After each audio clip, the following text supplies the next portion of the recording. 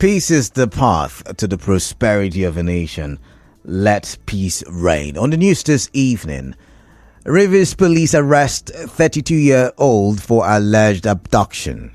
Stakeholder demands more action from Governor Fubara against Martin Ameole-led assembly. NAFDAC shut down another sachet water factory, 3 bakeries in Port Harcourt.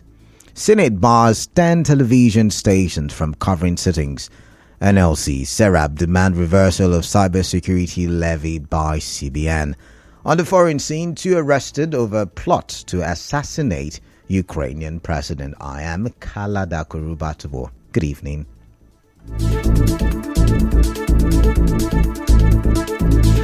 The Rivers State Police Command has arrested a 32-year-old Louis Brutolu for alleged involvement in the abduction of Ms. Ago Ogechi, a resident of Elele, Ikwere LGA. Public Relations Officer of the Command, Grace Iringekoko, in a statement said the suspect used phone chats to lure his victims to a hotel in Abloma and drugged her before disposing of her valuables, including iPhone and 28,000 naira. The statement also said that the police recovered a substance used to drug the victim. The statement said the gang leader who has been arrested was previously arrested in 2021 for similar offences and was charged in court. In a related development, the Rivers State Police Command has also arrested a 28-year-old Jennifer Timi from Burutu in Burutu local government area of Delta State, who specialized in luring individuals through social media platforms to exploit them. Public Relations Officer of the Command, Grace Iringekoko, in a statement said the suspect invites his victims to hotel rooms where he offers them drink laced with tramadol to rape and rob them of their belongings. She said Timi has been engaging in these criminal activities for over 3 years and has been arrested and charged to court on 2 different occasions. In other news, former spokesperson of the Civil Liberties Organization, Sonny Dada, is asking the Rivers State Governor Siminalayi Fubara to go beyond mere words and take practical steps to ensure that the Martin Ameole-led lawmakers do not sit. Speaking with correspondent Martha Okere-Nkem, Mr. Dada urged the governor to report the lawmakers to security agencies for prompt action.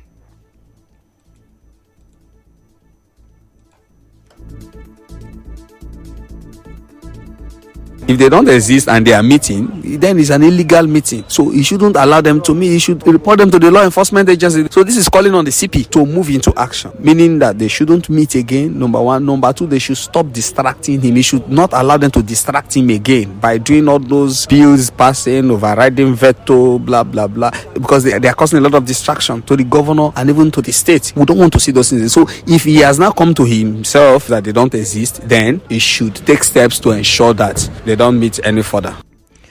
Sonny Dada expressed concern at some of the decisions taken by the governor after the defection of the lawmakers. What the governor has said is in tandem with what we have been saying before now, in the eye of the law, that those persons have lost their seat. So whatever they are doing is just waste of time and waste of taxpayers' money. But I expected the governor to have established this with the president as at the time they went into those agreements. So you can't go into that kind of agreement. You agreed before the president, you came back, you took steps by going to court to withdraw, and all of a sudden you're now coming back to say. So these are some of the things we are saying. Be straight, be firm, stand on the law. As you may know, some Rivers stakeholders and civil society organizations are in court to challenge the legitimacy of the Martin Ameole-led House of Assembly following their defection from the PDP to the APC in the state. Also, some residents of Port Harcourt say allowing the Martin Ameole-led lawmakers to continue to pass bills into law could worsen the political tension in the state. Their statement comes after the lawmakers vetoed Governor Fubara and passed into law the Rivers State Public Procurement Amendment Bill 2024. The residents, in an interview with our correspondent, urged the governor to act swiftly and stop what they perceive as unconstitutional actions by the lawmakers. Allowing the lawmaker to sit and make laws that is anti-people, that always master the ego of their paymaster, which is the FCT minister, is just because he's a peaceful man. These people are there for their own selfish interest. We only have any lawmakers that is recognized by law in this state. We have accepted the first solution by the president, but it seems like anytime he submits himself to the solution, they will come up with a mockery statement. If they should go in line with the party constitution, if you defect from PDP to APC, automatically your party will withdraw you. May they do everything so that the state will be okay. They are not supposed to be exist because they are against the government. They are fighting against the governor. In a related development, Rivers State Commissioner of Information Joe Johnson has justified Governor Fubara's statement that the Amewule-led state lawmakers does not exist. Mr. Johnson said since the defection of some of the lawmakers to APC, the governor has not sent any bill to them other than the 4 bills that have not been passed to date. The commissioner also stated that all the 7 bills passed by the lawmakers after October the 27th are not recognized by law. He spoke on Nigeria Info FM's Morning Crossfire. No, if you get the narrative clearly, you will discover that the assembly men moved out of PDP to APC in December. The 4 last bills that were sent to the House was sent to them on the 27th of October. By October, there were 3 members of the House. By the constitutional provision in section 109 1G, they moved out of PDP in December. So you can see the nexus. On the petition by chairman of 2 local government areas, the commissioner says the local government chairman do not have the power to sack any worker other than the Local Government Service Commission. The 2 local government are petitioned, other than MOA, has vehemently refused to reinstate that is sacked. It does not have the right. No local government chairman has the right to sack. The only commission that is vested with that responsibility is the Local Government Service Commission. And the query was able to hearken to what the commission said. MOA refused to. Ahuda West was part of it. I will do a detailed presentation probably if you have me on your station. Moving on, the National Agency for Food and Drugs Administration and Control (NAFDAC) has shut down another sachet water factory and 3 bakeries located around the Rumuparali and Imboba areas of Port Harcourt.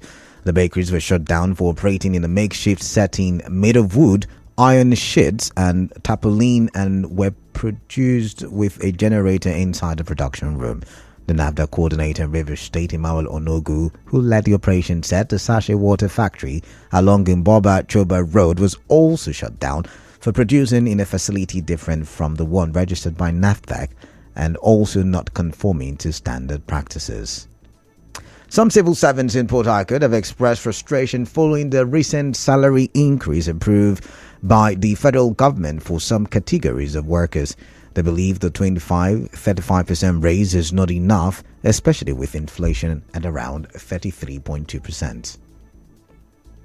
Workers didn't ask for percentage, they asked for a new minimum wage. Right now they say they are going to give us 25 to 35% increase in our salaries. We are still waiting for it. Welcome development, but what we really need is minimum wage implementation, 110,000, and that will make us really glad. The average Nigerian should be up to be able to afford things in life. We should do more than just increase the salary. Many people are still suffering even with the increase. So other economic challenges that Nigerians are facing, only the increase not work. So do more than just to make an increase in salary. What will 25% increment do an average person in Nigeria? It has nothing to add. If they say 75% or 50%, at least it's far better. I need to receive the money. Recall the national president of the Nigeria Labour Congress, Joe Ajaero, had described the increase as a mischievous plan to avoid a real discussion about the new minimum wage. The NLC is proposing a staggering 615,000 naira minimum wage, a figure some economists say is unrealistic. We go for a quick break, but still to come, NLC SERAP demand reversal of CBN's new cyber security levy. Stay tuned.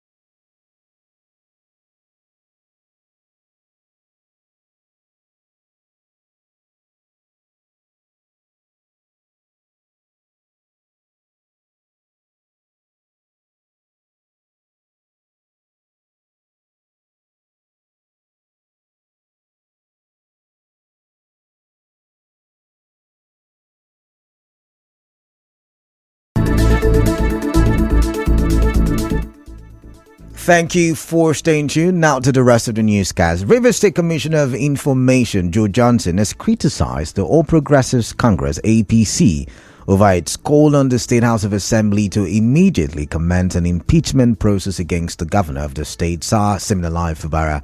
Mr. Johnson noted that the 27 lawmakers in the State House of Assembly lacked the moral standing to impeach the sitting governor of the state. Caretaker Committee Chairman of the APC in Rivers State, Chief Tony Okocha, had in a press conference in Port Harcourt called on the State Assembly to quickly commence impeachment process against the governor of the state, stating that the impeachment process was necessary because the governor has insulted the sensibility of President Bola Ahmed Tinubu, who waded into the crisis to resolve, or who waded in to resolve the lingering crisis in the state. The Senate has barred at least 10 television stations in the country from covering its proceedings at the newly renovated chamber. A sergeant-at-arms operative told journalists at the entrance of the chamber that Senate President Godswill Akpabio instructed the security units to reduce the number of media houses covering proceedings. The instruction followed a circular signed by the clerk of the Senate, Chinedu Akubweze, and pasted at the entrance of the chamber. Or entrance to the chamber. Only 7 television stations are now allowed to cover legislative activities of the Senate. Nigeria Labour Congress NLC has demanded the immediate withdrawal of the newly introduced cybersecurity levy by the Central Bank of Nigeria (CBN). In a statement by its president Joe Ajaero, the union lamented that the levy is another anti-people policy of the government in the midst of excruciating economic hardship. Also, the Socio-Economic Rights and Accountability Project, SERAP, has asked President Bola Tinubu to, within 48 hours, direct the Central Bank of Nigeria to withdraw the cybersecurity levy on Nigerians. In a statement, SERAP's Deputy Director, Kolawole Oluwadare, said the levy patently violates the provisions of the Nigerian Constitution 1999 as amended and the country's international human rights obligations and commitments. And now, we'll bring you news from around the world. Looking at the foreign scene, the Ukrainian Security Service says it has foiled the Russian plot to assassinate President Volodymyr Zelensky and other high-ranking Ukrainian officials. 2 Ukrainian Government Protection Unit colonels have been arrested. The Ukrainian Security Service said they were part of a network of agents belonging to the Russian State Security Service. The suspects had reportedly been searching for willing executors among Mr. Zelensky's bodyguards to kidnap and kill him.